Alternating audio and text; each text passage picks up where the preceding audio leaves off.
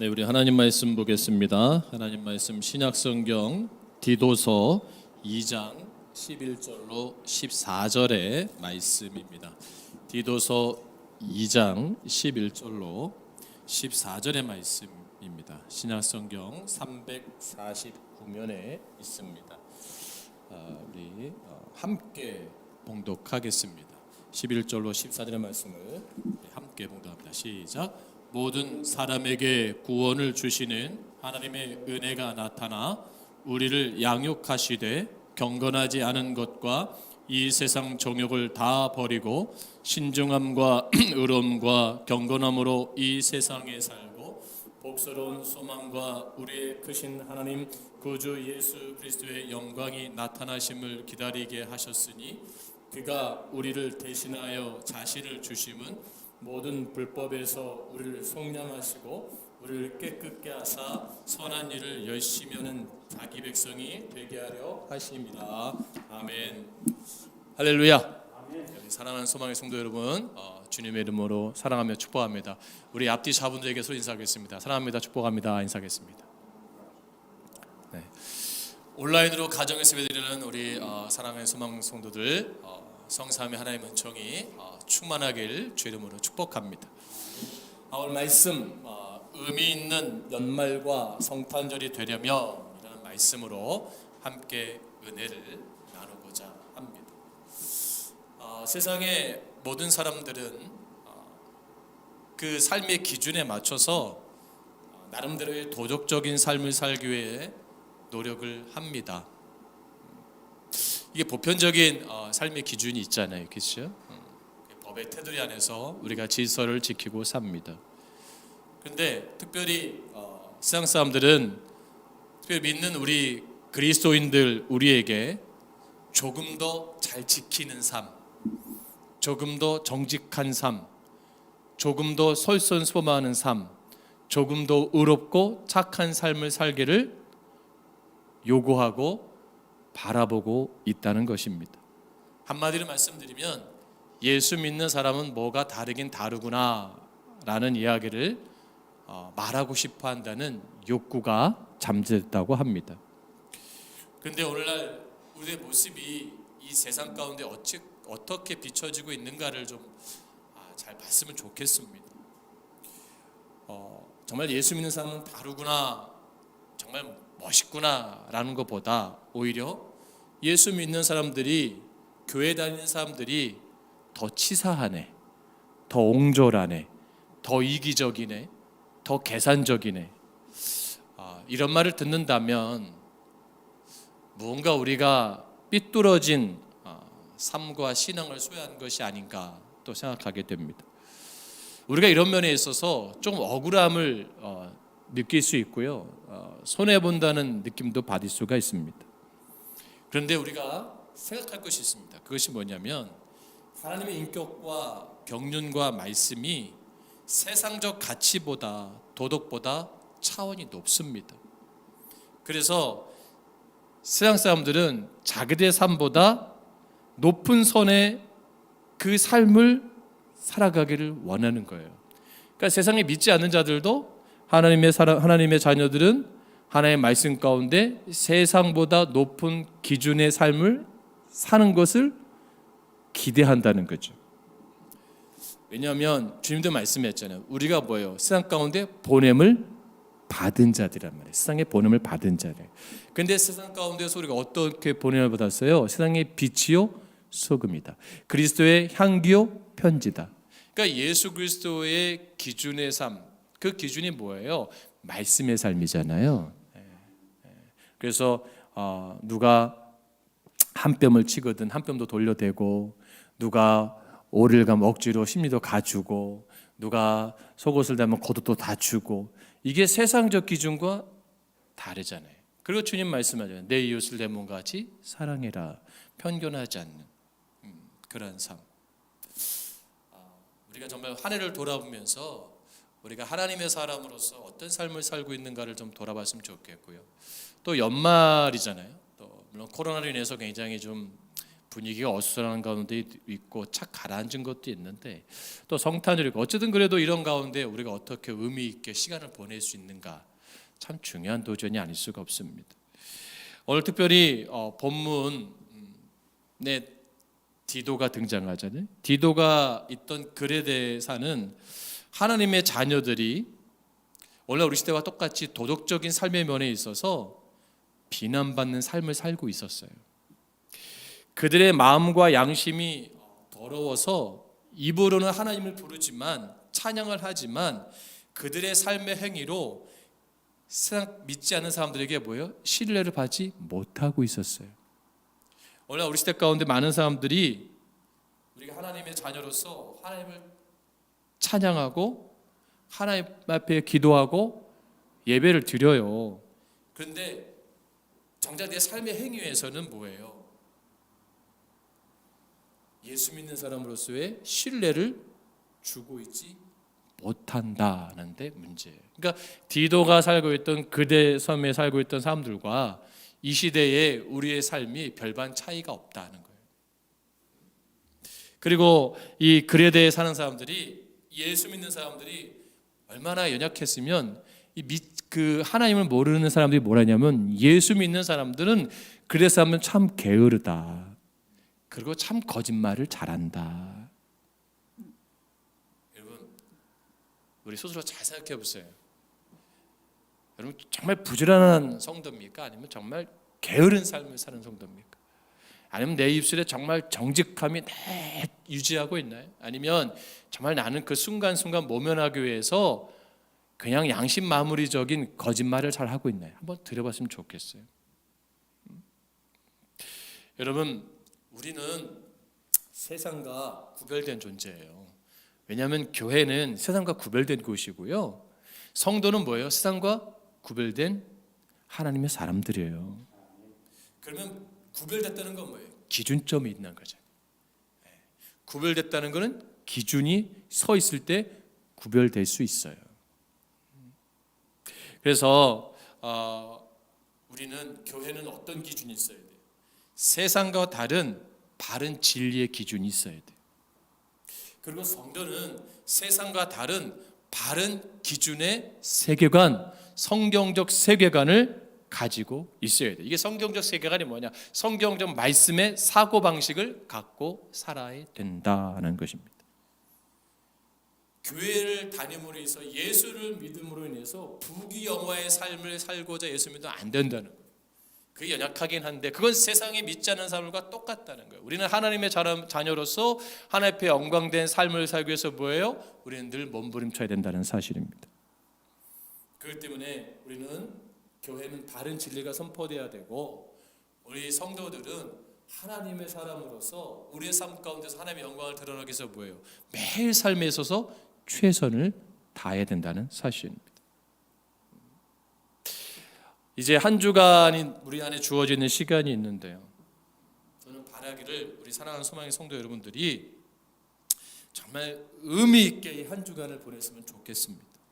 그리고 정말 고민하면서 오늘 말씀을 통해서 다시 한번 내 자신, 내 정체성을 회복하고 내 신앙이 바로 세워져서 바른 교회관, 바른 신앙관, 바른 삶의 기준이 세워져서 더 이상 우리가 실패하지 않고 믿지 않는 영혼들에게 손가락질 당하지 않는 우리 모두가 되기를 주의 이름으로 권면드립니다.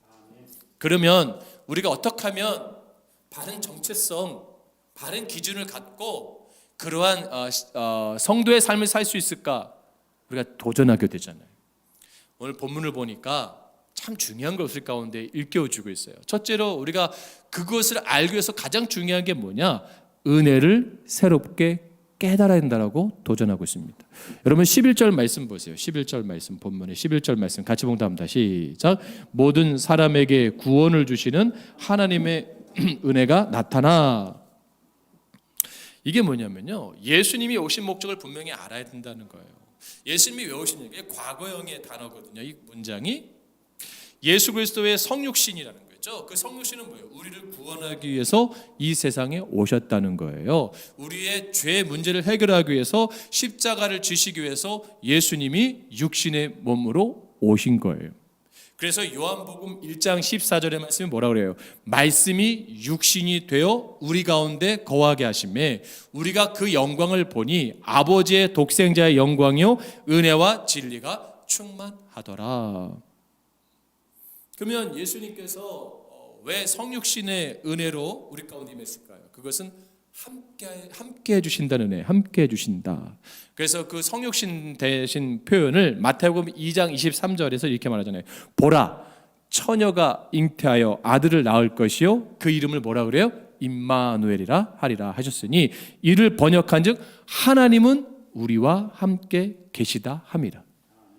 그러니까 임마누엘 하나님이 인간의 몸으로 오신 것은 우리와 함께 하시기 위함이었다는 거예요.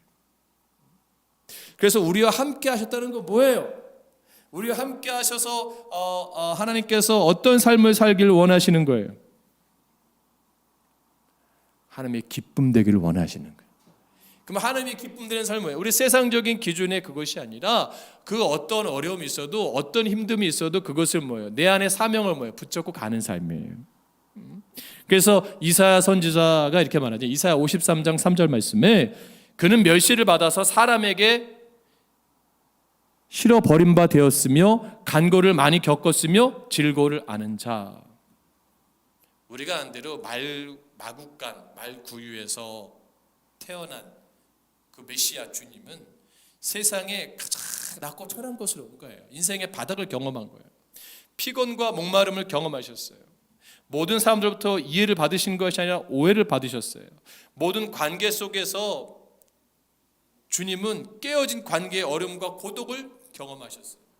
공생애를 살기 전에 오랫동안 목수를 지내시면서 주님은 그 직업적 스트레스를 경험한 거예요. 위기감도 경험한 거예요. 자신의 무능력도 경험한 거예요. 좌절감도 경험한 거예요.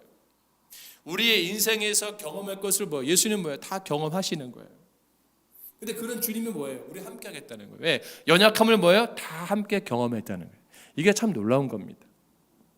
그리고 우리의 연약함과 감정을 이해하신다는 거예요. 그러니까 공감적으로만 이해하는 것이 아니라 직접 삶을 뭐예요? 참여하시고 그 삶을 경험하면서 참여적 공감을 하신 분이 예수님이란 말이에요.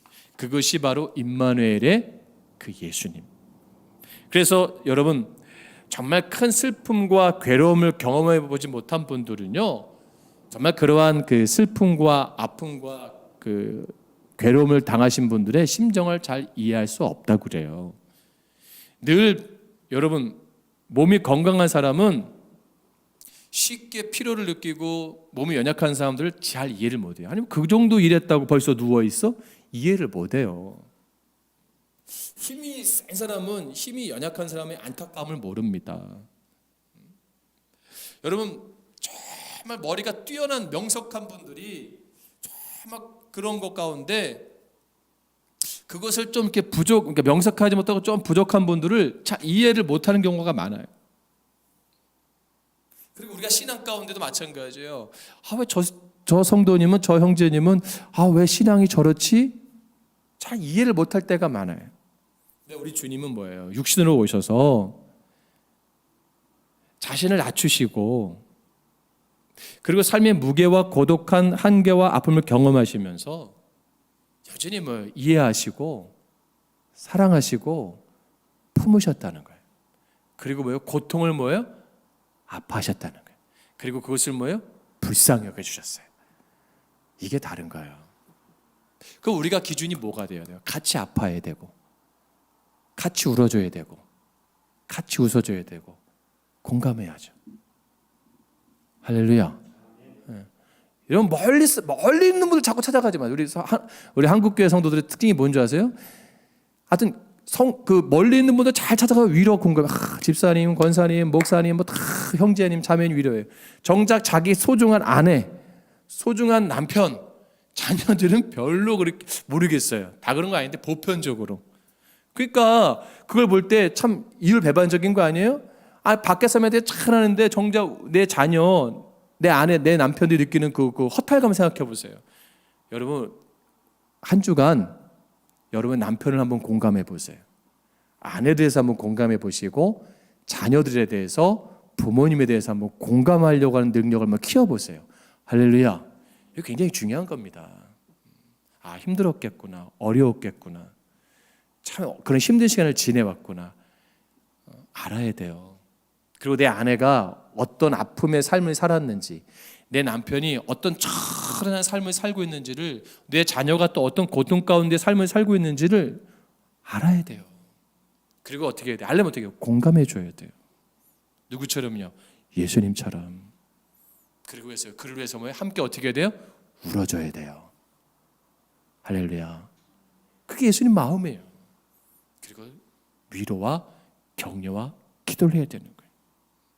그 함께 하신 은혜가 또 이 본문에서 뭐라고 표현하시느냐? 구속하여 준다. 구속하여 주셨다. 14절 말씀 보세요. 14절 말씀 같이 봉독합니다. 시작. 그가 우리를 대신하여 자신을 주심은 모든 불법에서 우리를 속량하시고 우리를 깨끗게 하사 선한 일을 열심히 하는 자기 백성이 되게 하려 하십니다. 예수님께서 우리를 대신하여 자신을 주셨다는 게 뭐예요? 우리가 잘 알잖아요. 그것이 십자가의 구속이잖아요. 십자가에서 대신 희생함으로 인해서 우리의 모든 죄값을 지불하시고 우리를 구원하셨다는 거예요. 여기서 말하는 것이 바로 이 구속 은혜, 구속의 은혜를 표현해주고 있는 거예요. 그러니까 그 예수의 피로 말미암아 지금까지의 모든 허물, 불법들을 덮어주시고 그 불법의 대가에서 구원해 주셨다는 거예요. 여러분, 우리가 이제 눈이 오잖아요. 그러면 아무도 밟지 않는 눈을 볼 때 기분 좋은 게 내 발자국 남는 거, 그죠? 다 가다 보면 분명히 내 간 발자국이 남아요. 그런데 여러분 마찬가지, 여러분 인생의 자국을 한번 생각해 보세요. 쫙 볼 때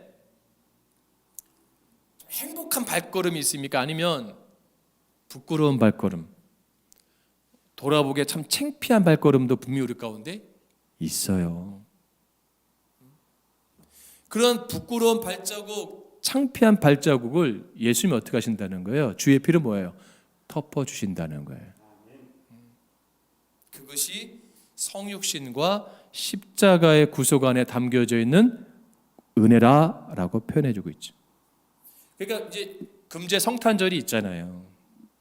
이 성탄절의 가장 중요한 게 뭐냐면 인카네이션 하신, 성육신 하신 예수 그리스도, 그 함께 하시는 은혜, 구원하시는 은혜를 뭐예요? 우리가 뭐예요? 회복해야 돼요. 그냥 예수님 오신 것만 좋고 그냥 감사 예배 그게 아니고 그분이 오신 그 은혜를 뭐예요? 임마누엘의 하나님, 그 예수님을 내가 다시 한번 회복해야 되고 내 안에 이 올 한 해에 지은 모든 삶의 자국자국 가운데 부끄러웠던 발자국들을 지워주실 예수님을 다시 붙잡고 뭐예요? 나아가야 되는 거예요. 그래서 그때 구원의 구속의 그 감격 가운데 이 성탄절을 맞이하고 정말 의미 있는 이 연말의 시간으로 다시 우리의 눈물이 회복되어지고 내 안에 사랑이 회복되어지고 내 안에 감사가 회복되어지고 찬양이 회복되어지는 그런 시간의 기준으로 세우기를 주의 이름으로 축복합니다. 그럼 또 뭐가 필요해요? 이제 기준 세웠잖아요. 이제 성육신함과 이제 함께 하시는 애, 구속해 주시는 애 가운데 우리가 기준 세웠잖아요. 그럼 이제 중요한 건 뭐예요? 이제 부끄럽지 않고 해서 내 삶에 있어서 잘못된 방향에서 뭐예요? 이제 턴해야죠. 이제 방향을 바꿔야죠. 여러분 12절 말씀 보세요. 12절 말씀 뭐라고 합니까? 시작. 우리를 양육하시되 경건하지 않는 것과 이 세상 정욕을 다 버리고 신중함과 의로움과 경건함으로 이 세상에 살고. 여러분 분명히 11절과 14절은 과거형을 쓰고 있고요. 오늘 본문은 뭐예요? 현재형을 쓰고 있어요. 현재. 이제 과거를 기억하면서 이제 현재가 우리가 어떻게 살 거를 본문은 말씀하고 있어요. 어떻게 살라 그래요? 이제 경건치 않은 것과 세상 정욕을 버리고 근신함과 의로움과 경건함으로 살래요. 그러니까 내 가운데 지금 뭐가 필요한 게 있어요? 근신함이 있어야 돼요. 의로움이 있어야 돼요. 경건함이 있어야 돼요. 그러면 이걸 하기 위해서 우리가 뭐가 중요해요? 결단이잖아요. 분명 방향성을 바꾸라 했잖아요. 이게 뭐냐면 전환의 결단. 이게 뭐냐면 버릴 것을 과감하게 버려라.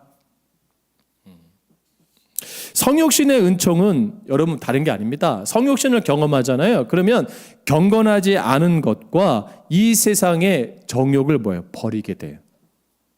참 희한한 거예요. 이 내 안에 진정 성육신 하신 예수님이 충만하잖아요. 그러면 세상 것들을 거절하게 돼요. 그리고 자기를 부인하게 돼요.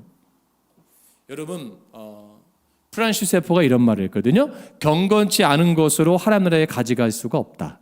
경건치 않은 것을 가지고 하나님 나라에 가지고 갈 수가 없다. 여러분 공술에 공술이라는 말이 있잖아요. 빈손한테 빈손을 가는 인생인데 우리는 그냥 어떻게든 더 많이 가지려고 아둥바둥하는 게 있어요. 그렇죠? 욕심이잖아요. 욕심이 잉태한 지 뭐를 해요? 죄를 낳고 죄가 장성한 지 뭐예요? 사망을 낳잖아요. 이게 사단이 씹는 건데 우리는 여기에 늘 넘어지잖아요. 늘 패배하잖아요. 그러니까 내 안에 정말 성육신 하신 그 예수님이 있으면 나는 뭐예요? 세상 정욕을 다 버려요. 제자들이 예수님을 따를 때 뭐예요? 세상의 정욕을 뭐예요? 다 포기한 거예요. 초대교회 성도들이 예수님을 만나고 경험하고 성령을 경험하니까 뭐예요? 자기 모든 소유를 팔아서 사도 앞에 내어놓고 자기의 것들을 다 빼서 서로 세워주고 섬겨주잖아요. 성도들을. 할렐루야. 그러니까 그든 전도하지 않아도 날로 소문이 왕성해지니까 믿는 자의 수가 뭐예요? 폭발적으로 부흥하는 거예요. 이게 놀라운 비결입니다. 제가 어느 분에게 그랬어요. 그분이 돈을 많이 벌고 싶대요. 돈을 많이 갖고 싶대요. 누구나 그런 욕망은 있습니다. 그래서 제가 그랬어요. 돈을 쫓아가는 인생이 되지 말고 돈이 따라오는 인생이 되게 하라. 여러분 다르지 않아요? 돈을 많이 벌고 싶은 게 하나님, 돈이 내 안에 사방에서 내 안에 들어오게 해주시옵소서. 내가 쫓아가는 인생이 아니라 따라오는 그 통로가 되는 그 인생이 돼야 되는 거예요. 마찬가지로 여러분 주님의 은혜를 경험했다. 그러면 우리 안에 뭐가 선한 마음이 있잖아요. 선한 양심이 있잖아요. 그럼 우리 안에 중요한 것은 뭐예요? 이걸 가지고 내가 하나님 나라 갔을 때 버릴 게 있잖아요. 그게 욕심이에요. 그게 정욕이고 이기심이고 물질입니다. 그래서 주님이 말씀하신 내 이웃을 내 몸같이 사랑하는 의미가 좀 분명히 구체화되잖아요. 그죠? 여러분 교회 안에서도요. 말씀 진리 외에 별로 중요하지 않은 거에 목숨 걸지 마세요. 그러니까 오늘날 이 본질이 아닌 거에 잠시 있다 소멸될 것 가운데 참 인간의 이 안목이 연약한 거예요. 그런 거에 막 집중하는 분들이 있어요. 여러분 하나님 보시기에 정말 내가 부끄러운 것이 있는가를 현재 내 모습 가운데 잘 살펴보시고 내가 거울을 보듯이 더러운 것이 있다면 정말 여러분 한 주간의 시간 가운데 회개하시고 기도하시고 버릴 수 있는 시간 되기를 바랍니다. 그래서 이제 전환하기로 했잖아요. 그러면 그 방향성을 이제 어디로 가져야 돼요? 경건을 위해서 터내야 돼요. 이제 목적지가 내가 삶에서 내 삶의 방향성이 이제 경건으로 가야 돼요. 성경은 소극적인 차원을 넘어서 적극적으로 근신하라, 깨어 근신하라고 말씀하고 있거든요. 어떻게 해요? 깨어 근신하라고 말씀해요. 그러니까 깨어 근신한다는 말을 의미를 잘 보면 이게 어떤 의미냐면 깨어 근신한다니까 어떤 분이 목사님 제가요 밤낮으로 기도하고 있습니다. 그 의미가 아니에요. 이 본문의 의미가 뭐냐면 자신을 잘 통제하라는 거예요. 내가 깨어서 사단에게 유혹당하지 않도록 뭐예요? 정신 차리라는 거예요. 정신 차리. 그러니까 졸지 말라는 거예요. 그러니까 영적으로 졸고 있지 말라는 거예요. 정신 바짝 차리고 긴장하고 있으라는 거예요. 그래서 뭐예요? 나를 통제하려면 어떻게 해야 돼요? 셀프 컨트롤. 뭐가 있어? 절제하라. 절제.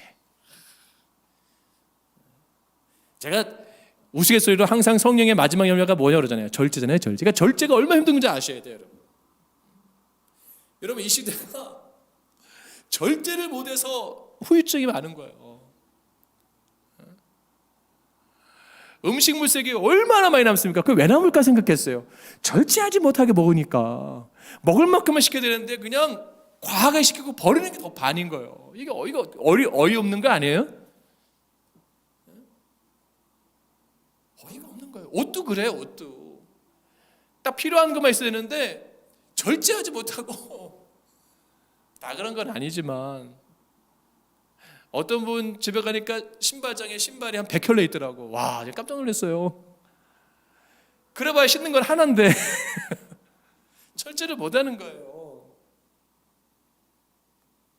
그러면서 기도한단 말이에요, 교회 와서. 여러분, 그러면서 뭐 주님을 섬긴다 그래요. 여러분 어떻게 생각하시겠어요? 그리고 깨어 근실하라, 이 말은 뭐냐면 자기를 잘 통제하고 절제하면서, 또 하나는 뭐냐면 내 중심의 삶이 아닌 의로운 삶, 이타적인 삶을 살기를 권면하는 거예요. 그러니까 어려움에 처해 있는 이웃을 돕고 어려운 이웃을 돌아보고 격려하고 위로해라. 할렐루야. 그래서 우리가 힘들지만 우리 또 우리 그 성탄 감사원금을 우리가 또 어려운 이웃을 흘러 보낼 겁니다. 더 많은 이웃을 섬길 수 있는 교회가 돼야 돼요. 얼마 전에 뉴스 보니까 여러분 아시잖아요. 발달장애 가지고 35살 아들이 그 6세 노모가 엄마가 죽었잖아요, 방에서. 근데 그 엄마가 팔이 안 움직인다, 뭐 한다. 유언이 뭐냐면 그 새우잡이 배인가요? 넌 그거 따라가지 마라. 그러니까 그 섬에가 어디 섬 가는 거, 그러니까 아이가 바보니까 어른이지만 이제 아이 같으니까. 그래가지고 그 지하철역에서 우리 엄마가 돌아가셨어요. 날 도와주세요. 그래서 거기 앉아가지고 3개월 있던 거잖아요. 그 아들이 아무도 안 도와주니까 막 우리 이제 벌레가 기어나요. 엄마가 죽었으니까 시신을 처리할 방법을 모르니까 벌레가 기어나와야지. 그 아들이 그냥 그 엄마를 그냥 그 이불로 똘똘 말아갖고 테이프를 붙여놓고 이제 방에 놓고 밖에서만 있으니까 지나가던 어느 민간 복지사가 보고 이게 알게 됐잖아요. 이 아들은 장애 등급도 없던 거예요. 왜냐하면 장애 등급은 돈이 필요했던 거예요. 몇백만 원이 아무것도 모르고 사회법도 모르고. 그래서 이제 잘 해결되긴 했는데 그런 이웃들이 의외로 많아요. 소외되고. 여러분, 근데 우리가 참 중요한 게 있어요. 여러분, 소외된 이웃들의 기준을 여러분 잘 생각하셔야 돼요. 그렇게 춥고 배고픈 사람도 소외된 이웃도 있지만요, 영적으로 소외된 이웃도 있어요. 여러분 안 그렇습니까? 사랑 가운데 소외된 이웃도 있어요. 돈은 많은데 사랑을 못 느끼는 분들이 많아. 삶은 괜찮은데 영혼이 굉장히 소외된 분들 많아. 그런 분들도 우리가 어떻게 해야 돼요? 찾아가야 돼요. 위로해 줘야 돼요. 할렐루야. 따뜻하게 맞아야 돼요. 우리 교회 가운데서도 마음이 외로운 분들 있어요. 예를 들면 이 공동체 가운데 영적으로 고독한 분들도 있단 말이에요. 영적으로 이 모임 가운데 소외되게 느끼는 분들도 있어요. 그런 가운데 우리가 어떻게 해야 돼요? 그들의 마음을 어떻게 해요? 살필 수 있어야 돼요. 이게 참 중요한 겁니다. 그러니까 우리 안에 우리가 해야 될 일이 얼마나 많이 있는가를 우리가 발견하게 되잖아요. 이것을 우리가 경험하고 우리가 나갈 때 진정 의미가 있는 성탄절을 경험하고 예수를 경험하게 되는 거예요. 그래서 중요한 거예요. 본문에 오늘 이 말씀에 이 쓰여져 있는 경건은 헬라어로 유세베스라는 건데, 여기서의 쓴 것은 하나님께 예배하는 행위, 또는 그 예배하는 행위가 뭐예요? 참 경건한 말, 의로만 사모하는 마음을 드잖아요. 여기서 쓰는 경건이 하면 삶 가운데 하나님 앞에 예배 드리듯이 삶을 지속해가라. 그러니까 예배 현장 가운데서만 그 하나님의 중심의 삶이 아니라 24시간 1년 365일 그 하나님의 예배자로서의 뭐예요? 정신 차리고 긴장하고 살아라. 흐트러지지 말라는 거예요. 이게 제가 이 말씀을 주면서 제가 참 많이 부끄러웠는데, 강단에서의 목사의 자세를 어디 가든지 그 자세를 유지하라는 거예요. 긴장을. 난 하나님의 사람이지. 난 목사지. 그럼 나는 절제할 수 있잖아요. 어느 정도. 그렇죠? 그런 유혹 가운데 그래도 이건 아니지. 내가 이렇게 행동하면 안 되지. 내가 그래도 소망교회 집사고 내가 이런 사람인데 이러면 안 되지. 이건 잘못된 거지. 기준을 나를 깨우라는 거예요, 자꾸. 이게 굉장히 중요한 겁니다. 그래서 경건함이라는 것은 이것을 왜 그러면 여기서 본문에서 바울이 이 말씀을 쓰면서 권면하느냐? 그 경건함이 뭐예요? 하나님을 닮아가게 된다는 거예요. 할렐루야. 왜 우리가 경건의 방향을 선택해야 되냐? 그것은 하나님을 닮아가는 결정적인 것이 뭐예요? 경건이라.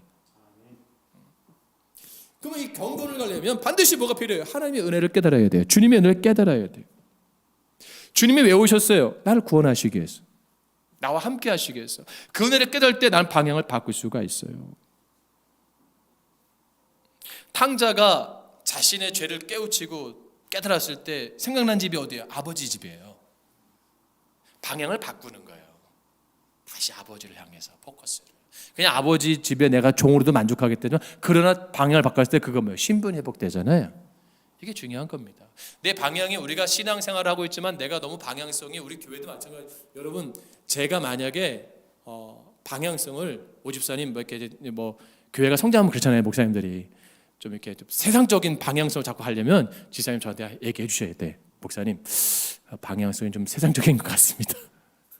이게 중요한 거예요. 또 회의를 하는데 오집사님 만약에 너무 세상적으로 막 말씀하면 제가, 오집사님, 이거 좀 세상적인 것 같아요. 이게 참 중요한 겁니다. 할렐루야. 이게 건강한 교회예요. 우리가 하나님 앞에서 어떤 것이 올바른 건가의 기준이 바로 서야 이거를 볼 수가 있죠. 이 기준이 무너지면 세상적 성공적인 스토리에 그냥 우리가 뭐예요? 늘 함몰되는 거예요. 그리고 뭐가 없어요? 자족하는 마음이 없어요. 기뻐하는 마음이 없어요. 내 안에 기쁨의 요소들이 점점 소멸되는 거예요. 여러분, 정말 중요한 게 있어요. 예수님 뭐라고 말씀해요? 두세 사람이 있는 곳이 나와 내가 그들과 함께 뭐예요? 함께 하겠다고 말씀하셨거든요. 성령이, 주님이. 그러니까 우리 안에 정말 주님과 내가 지금 어떠한 영적인 친밀한 교제를 가지고 있는가를 우리가 뭐예요? 생각해야 돼요. 여러분, 예수님의 어머니 마리아를 생각해 보세요. 예수님의 모친 되는 마리아를 여성 우리 집사님들 한번 잘 생각해 보세요. 결혼할 남편이 있어요. 정혼한 남자가 있어요. 약혼한 남자가 있어요. 근데 처녀가 성령으로 잉태를 했어요. 여러분 어떻게 생각하시겠어요? 그럼 그 시대 문화 가운데 정혼한 여인이 임신을 하게 되면 버림받게 돼 있어요. 그 공동체에서. 그리고 율법적으로는 뭐예요? 돌에 맞아 죽게 돼 있어요. 이게 쉬운 게 아니에요. 그러면 천사가 나타나갖고, 야, 이제 내가 성령으로 잉태될 것이다. 그래 임마누엘이라. 소미사에게 그랬어. 그래서 그 얘기를 누구한테 하면 그 사람들이 그 얘기를 바로 듣겠어요? 야, 이 거짓말도 아주 세련되게 하는구나. 저 여인이 외도하고 나서 어떻게 저렇게 얼굴빛 하나 안 변하고 하나님을 팔고 성령을 팔까? 여러분 어떻게 굉장히 모욕적이지 않겠어요? 근데 누가복음 1장 38절 보면 천사에게 뭐라는 줄 아세요? 마리아가 주의 계집 종이오니 말씀대로 내게 이루어지이다. 이게 엄청난 신앙입니다. 이게 엄청난 신앙 고백이에요. 이때는 잉태가 된 게 아니에요. 잉태가 되고 이 고백을 한 게 아니에요. 될 것이라고 했지. 그때 마리아가 뭐라 그래요? 주의 계집 종이 오니 말씀대로 내게 이루어지이다. 이게 믿으며, 이게 대단한 겁니다. 그 믿음 있는 자에게 뭐예요? 성령이 오신 거예요. 그러면 마리아가 그때 나 못해, 그럼 딴 사람한테 갔겠지. 그렇죠? 여러분 그렇잖아요. 그럼 마리아에게 성타는 아이를 낳는 이 메시아를 임신한 건 뭐예요? 나는 죽음을 각오했다는 거예요. 나는 쉽게 말하면 순교를 각오했다는 거예요. 누구를 위해서? 하나님의 의를 위해서. 이게 경건이에요. 여러분 이 시대에 이렇게 사는 분들 그리스도 가운데 몇 %? 될까요?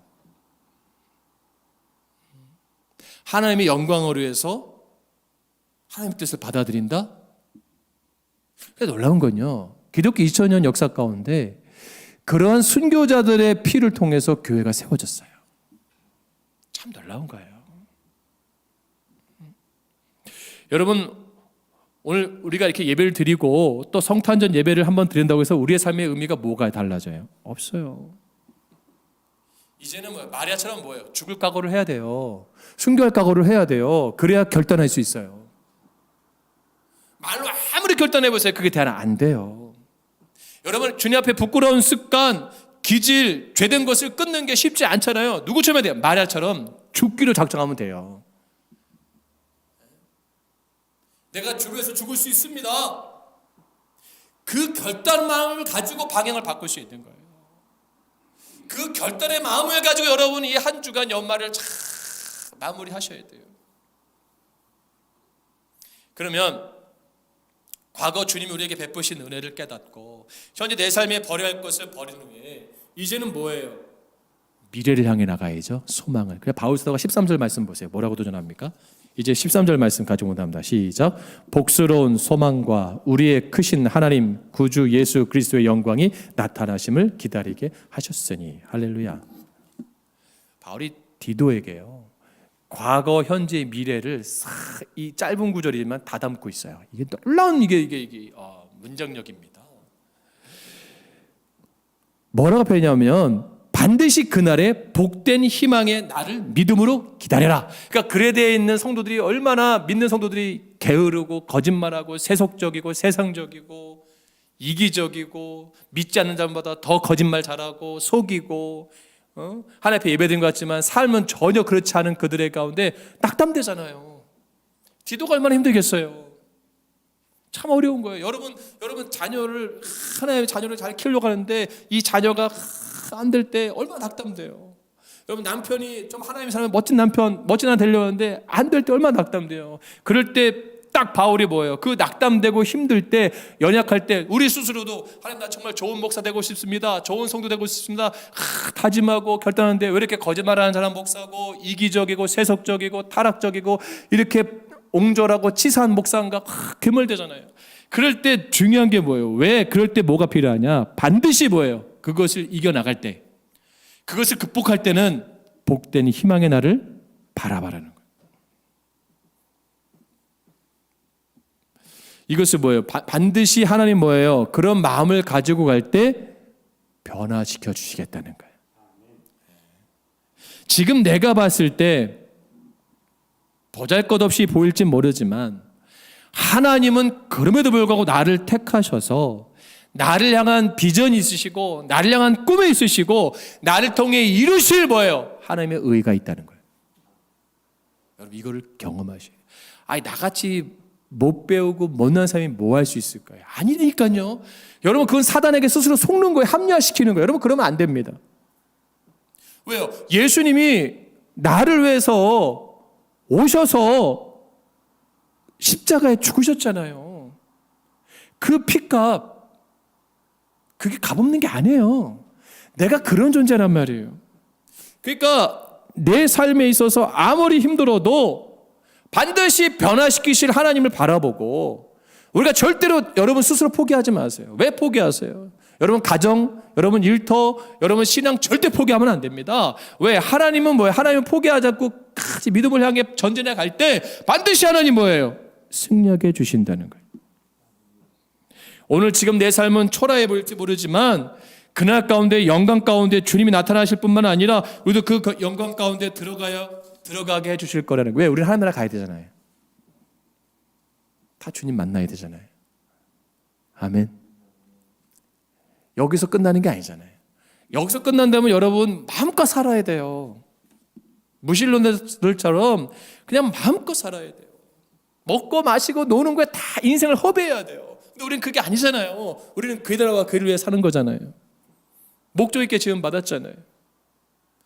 여러분 정말 우리 교회 300의 비전을 정말 이제 이뤄갈 수 있는 교회를 꿈을 꾸시고 바라보시고 그래 하나님 영광 될 수 있는 교회로 세워지려면 기도하시고 가야 돼요. 힘들어도 어려워도 가는 거예요.